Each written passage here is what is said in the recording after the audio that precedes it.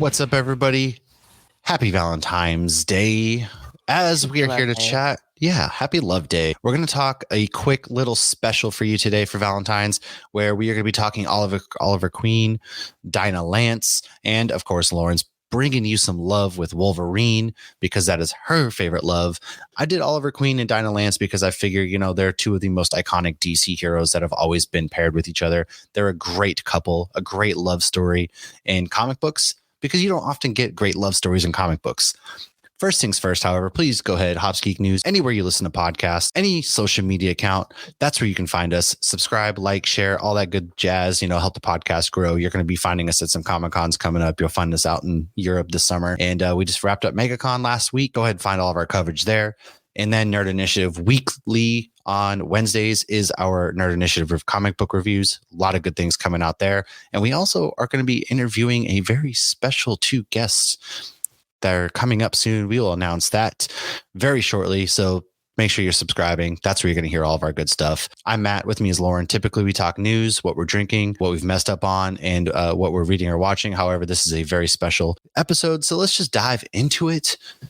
Let's go into Oliver Queen and Dinah Lance, the Green Arrow and Black Canary. My child's actually named after Oliver Queen, just like yours is named after Logan. I know. Look at that. Look at that. So Oliver Queen is actually an American comic book hero published by DC Comics. You know him as the Green Arrow. He was created by Mort Weisinger and designed by George Papp. He first appeared in More Fun Comics, issue number 73 on September 19th, 1941, and the same issue that debuted Aquaman, funny enough. His real name is Oliver Jonas Queen, a wealthy businessman, owner of Queen Industries, and a well-known celebrity in Star City. He used this position to hide the fact that he is the Green Arrow. He's like the modern-day Robin Hood. He's partly inspired by Robin Hood, funny enough. Green Arrow is an archer who uses his skills to fight crime in his home cities of Star City and Seattle, as well as alongside his fellow superheroes as a member of the Justice League. The world's greatest archer, as well as a competent swordsman and martial artist, Green Arrow deploys a range of trick arrows and with various special functions such as glue, explosive tipped, grappling hook, a punching bag. There's one issue where I believe it was Kevin Smith wrote, he fired like a boxing glove arrow, which is really great. And, he's got flash grenades, tear gas. He even uses kryptonite arrows, famously done in The Dark Knight Returns. And so Lauren, what do you know of anything about the Green Arrow? Has this been a character that you've ever paid attention to? Only in the show Arrow, but I feel like Arrowverse was what got me into really getting into DC outside of just growing up on the Batman movies, because we all grew up on the Batman movies in the 90s. But I absolutely loved Stephen Amell's portrayal of Arrow. His love life was never all that great. Is Felicity even in the comics? So they wrote her into the comics. Her and John Diggle got written into the comics, of course, because they were such massive popular characters during the Arrowverse run. And so they did end up writing them in, but she was in a made for TV. She was never in the comic books before that. That's interesting. Because, they really didn't give much time to Laurel or Sarah Lance.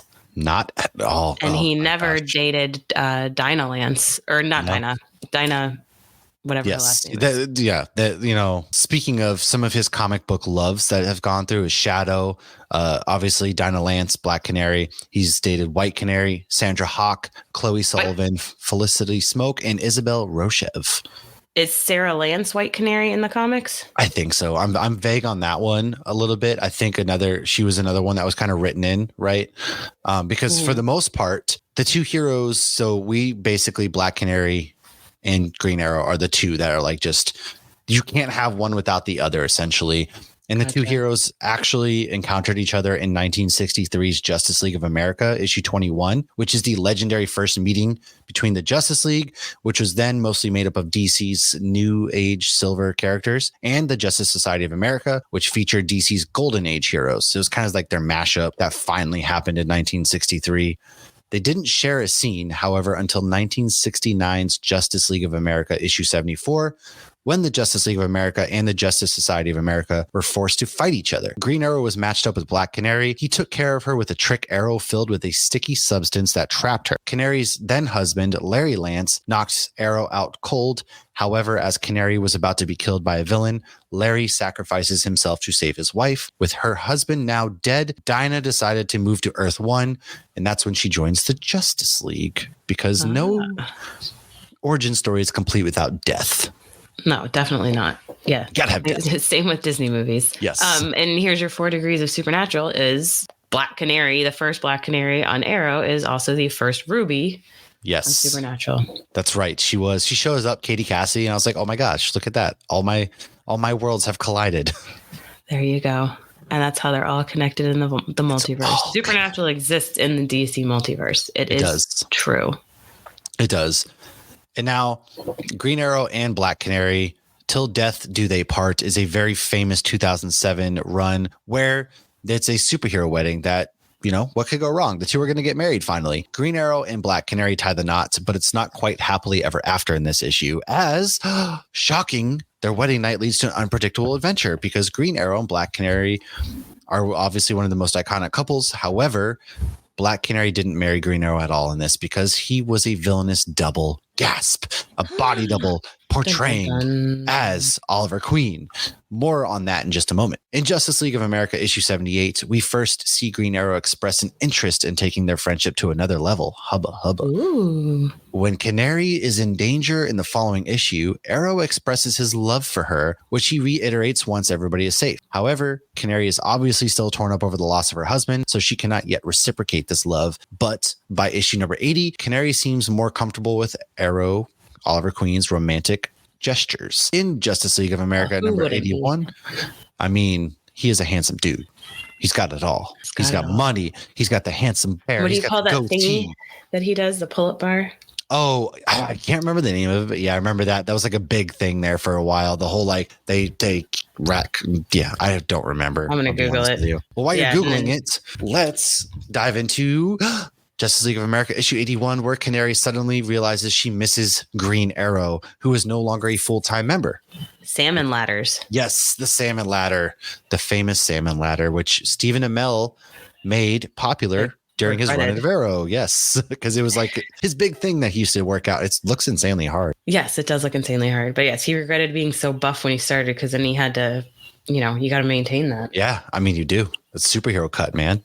Get the superhero bods. Now, amusingly enough, in Green Arrow, Black Canary relationship, that finally culminates in a flashback. In Green Lantern, Green Arrow number 78, Oliver and Hal discover that Dinah has been brainwashed into joining a cult. Oliver kisses her, hoping to. I know, it's the worst. One day you're just fighting crime, the next you're in a cult, which at least it's not Scientology. Is this like Snow White? So he does kiss her, hoping to jog her memory, and it does. It works. Oh my gosh. Unbelievable. Love. They're clearly made for each other. However, this flashback includes events readers had not previously seen, namely that Dinah and Oliver had finally gotten together as a couple. Oh my gosh. Who doesn't love a good love story? That's what this episode is all about. Love. It's the powers of love. Now, in Action Comics number 428, Oliver, who was then working in public relations, lands a celebrity endorsement for one of his clients, Black Canary. Would you look at that? It all comes back around. However, when he realizes the publicity stunt is about to turn deadly, Green Arrow steps in, saves Canary from an explosive fate. She confronts him about how chauvinistic it was to think that she required saving. How dare you? God, Oliver, she can save herself. Right? This Green Arrow feature ran from 72 until 76. Now, after the Detective Comics feature ended in 1986, roughly around the time that Crisis on Infinite Earths had finally concluded, we saw two very different sides of Dinah in very different comic books. In Green Arrow, The Longbow Hunters, writer/artist Mike Grell moves Oliver and Dinah from Star City to Seattle, where Oliver was going through kind of a midlife crisis at the time. Can relate. He asks Dinah to marry him, explaining that he wanted to have a family with her. She turns him down, explaining that she didn't want to bring kids into their world. I mean, could you blame her? No. It's yeah. So because of this, Canary thinks Oliver cheats on her in issue 75 when she leaves. Now, Oliver was then killed in issue 100 and then later brought back to life by Hal Jordan. What? And they end up reuniting in 2001. Yes. So once he comes back to life, they spend time apart, and this leads to Oliver then cheating on her and then their breakup in issue 40. Now, they were kind of separated until they decide to get back together. 2007, Green Arrow, they have their wedding. And this is when Oliver was being impersonated by a shapeshifter named Everyman. And it looked as though Dinah was actually killed off, as if Dinah actually killed Oliver after he attacks her on the wedding night, because it's Everyman. It's not really Oliver. However, Dinah soon rescues the real Oliver and they officially get married finally. Isn't that sweet? I liked the ending that Oliver got in Smallville. I don't recall that at all. Him and Chloe end up together. So I actually liked them together. It's played by that handsome son of a gun who is from This Is Us. It is. He's also the stripper from Bad Moms. Bad Moms. He is. Bad Moms. I liked him as an actor, honestly. I would have liked to have seen more from him because I thought he was pretty solid. Yeah, no, I liked him. I always thought it was funny, though, in Smallville, they had one season where he's always on his private jet because that was the set for him. Oh, yeah. I never watched all of Smallville, but I do remember seeing a lot of that and just how cheesy all their outfits and stuff were, too, which is always funny. Oh, my gosh. Aquaman, was a rough one. That actor who played Aquaman was then in Titans, and he's such a better actor in Titans. He was not a great actor in Smallville. By a mile. Yeah. Now, to wrap up this, Green Arrow and Black Canary, tragedy strikes. The supervillain Prometheus attacks Star City with a teleportation device, which kills many people, including Speedy's daughter, Lee and Harper. Oliver couldn't handle the loss, so he hunts down and kills all of those who were responsible for the attack, including Prometheus. He then goes on trial for his actions, but was found not guilty. Dinah, however, could not live with his actions. She ends their marriage while Oliver is waiting in jail on trial. And harsh. At this point, the two never interact again. They go through the New 52. They're never together interacting. And it isn't until actually the DC Rebirth, which happened a few years ago, that they finally interact and get back together. So it's interesting that their story goes apart, because I think that was a big issue a lot of people had with the New 52, was that Dinah and Oliver never were together. And a lot of people obviously took issue with that. Right. Because there's some people that's just, they're always right with that person off again, on again. And it doesn't seem right when they're not together. Exactly. And of course, this is all an oversimplification of Dinah and all these stories, right? But that's essentially Green Arrow and Black Canary. They're always together. They are tied eternally. There's not one without the other. So I'm hoping to see the two of them. Yin to his yang. Yeah. She joined the Birds of Prey for a while. So she's famously currently doing some Birds of Prey stuff in the comic books, which is written by Kelly Thompson. Fantastic issue, fantastic run, I should say. That's going on right now. Oliver Queen, Green Arrow, doesn't really have a whole lot happening in the comics at the moment. If he does, please somebody correct me if I'm wrong. I haven't read a really good Green Arrow comic in a long time. And maybe that's my own fault for not searching them out. But if you've been reading something cool, let me know. However, we're going to turn it over to Lauren, who's going to talk about her favorite Claude hero. My favorite Claude hero. Yes, Logan. So we did a whole 3-part series on him. God, it's been a few years now, but here's a little bit of his love life. So a lot of Logan's loves were killed very harshly because of Romulus, which I'm hoping we see in the MCU at some point. So he's got a long list of girlfriends and lovers, but it never ends well, much like with Sam Winchester. So this is not an exhaustive list by any means, because he does get around, and this is also in no set order, and some of these relationships cover different multiverses as well. So his first love interest ever was Rose. Rose was actually a childhood friend, and she was a servant girl on the plantation that the then James Howlett grew up on. So after Thomas Logan actually murdered Wolverine's dad, Rose and Logan fled, and that's when Wolverine started going by Logan. So he took the name of the guy who murdered him. So years later, Dog, which is another childhood friend, attacked them, and Logan accidentally killed Rose when he accidentally impaled her with his bone claws. I mean, shit happens.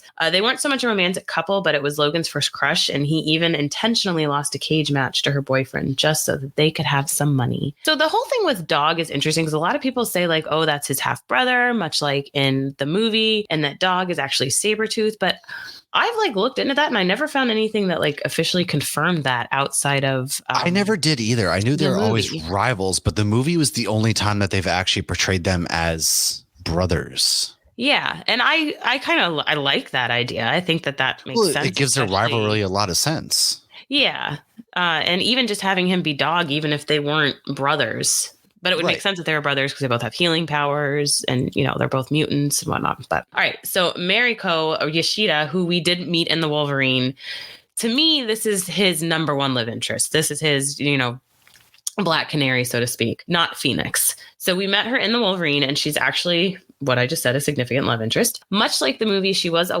wealthy Japanese businesswoman with some very bad family members. They dated for years, but were apart for a lot of it. They did get engaged at one point. However, she wanted to basically clean up her family before they did get married. However, that didn't get to happen until she was basically on her deathbed. Before she did die, though, her father had forced her to marry someone else and forbid her from seeing Logan. This was when they were dating. So, of course, Logan went to Japan and killed the dad and the husband and a bunch of members of the hand, as one does. Sadly, the reason the affairs were not all of her family drama was not cleared up in time was because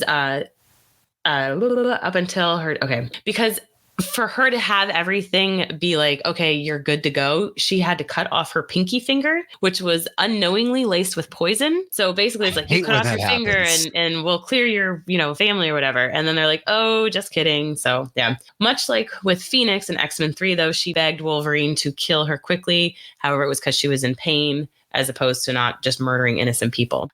So Mariko, I think, is Logan's one true love. And that's my opinion from what I have read over the years. Okay. He instantly fell for her, and he kind of becomes someone else when he's around her. Japan also in general is very significant to his backstory, and I'm really hoping we see more of this in Deadpool 3. That was one of the things I was really excited for when they did and I liked the Wolverine movie. It wasn't my favorite of the movies, but I did very much so enjoy it. But I felt like they really don't emphasize how much Japan has shaped Wolverine.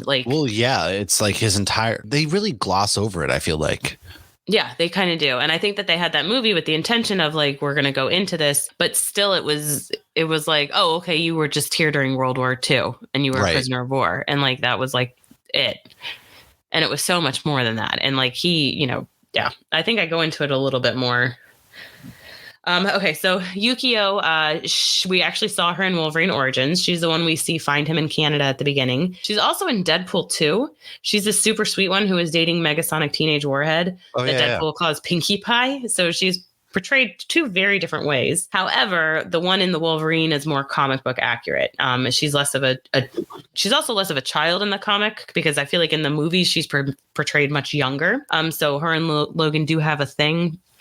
That's not super like romantic though. Yukio actually worked for Mariko's dad and was supposed to kill Wolverine. Instead, she got a crush on him and then helped him in bringing about Shingen downfall. And they were always more so friends though than lovers. The lover. See, right? I always knew Wolverine as like Jean Grey. Like for some reason, that's always been his love. But so it's interesting to me. I didn't know Wolverine's never been a comic book that I've always sought out. Like I like him, but the X-Men in general aren't like my favorite property out there. So I've never really read too much further into their backstories. Well, what's interesting is like Jean Grey's really not. I think it was always the girl he couldn't get, kind of. Right, because she was always Scott Summers.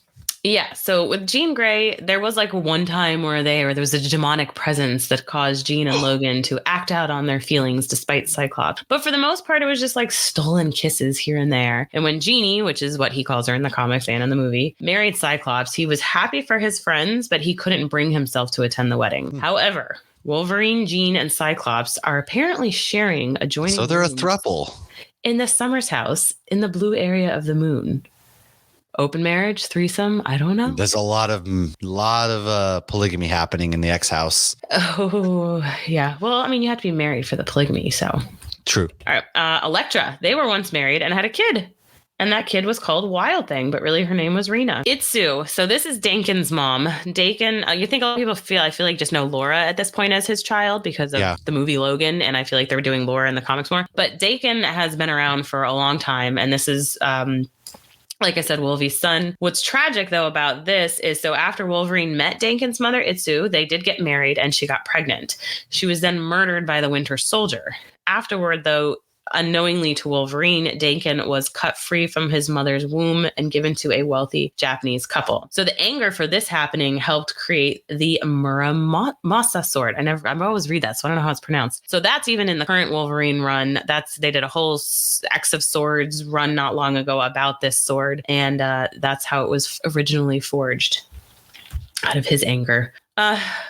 Yeah, I'm hoping we get Dakin at some point. Like when Hugh Jackman does officially retire, which I'm assuming is after this movie, I feel like Dakin or Laura needs to take up the mantle, or right. both. Well, I am. Yeah, he's definitely done after this movie. You can even tell while he was filming it, he's very much just like, oh, the chicken, the workout. He's like in his 60s, dude. You can't keep doing 20-year-old, yeah.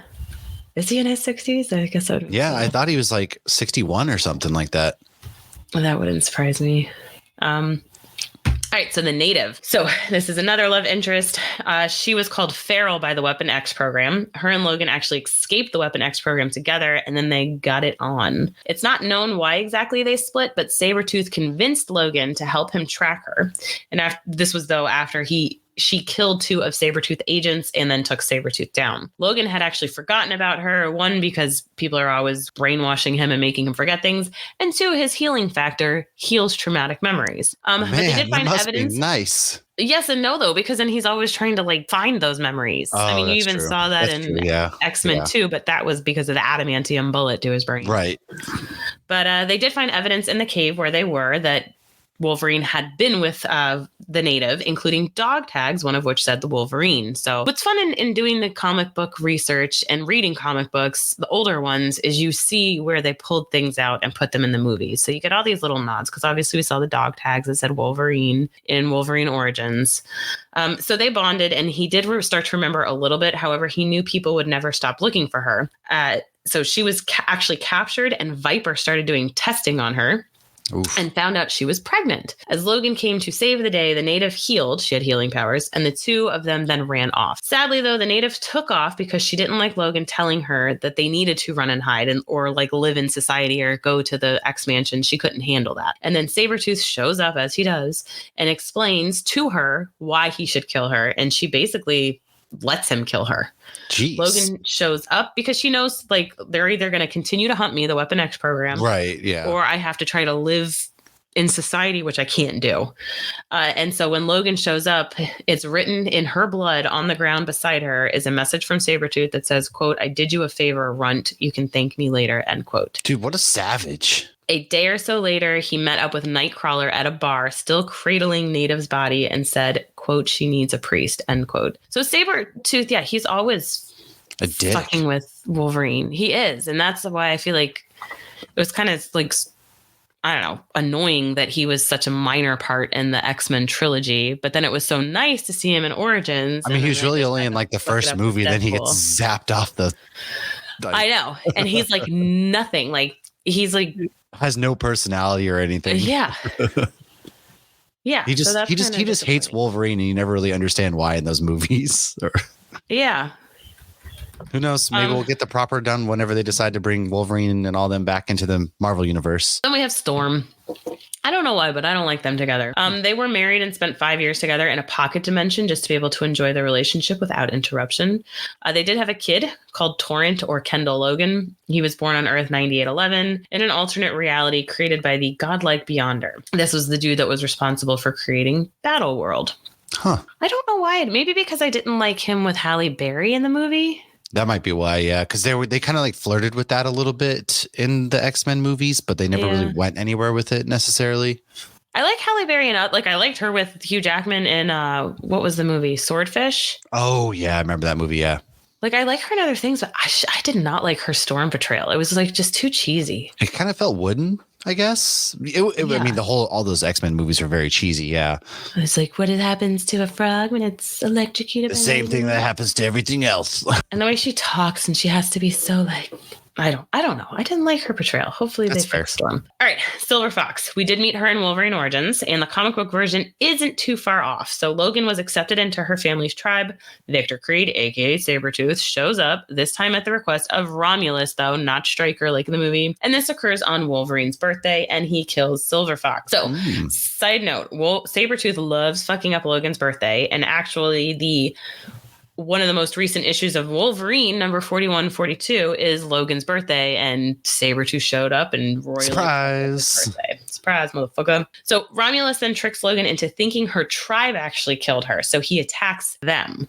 Poor Wolverine. I mean, that's how the whole old man Logan thing started too. He got tricked into thinking he was attacking bad guys, and he was the that's Avengers. Right, yeah. And so years later, though, Silver Fox does show back up, as one does, courtesy of the Weapon X program, but that is a rabbit hole for another time. A good story for another time.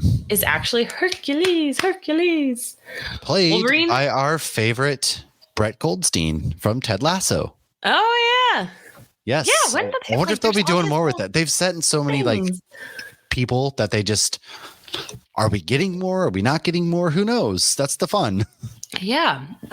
We've had some great end credit scenes with introductions of characters that we're ready for. We need more of them. We're just waiting. God, I totally forgot. He was Hercules. Yeah. That's so funny. Okay. So Wolverine in this version in this universe goes by Howlett, his original last name. Not everyone was actually happy with the relationship between Hercules and Howlett, especially Zeus, who did not want Hercules dating mortals. Mortals. Nobody has morals.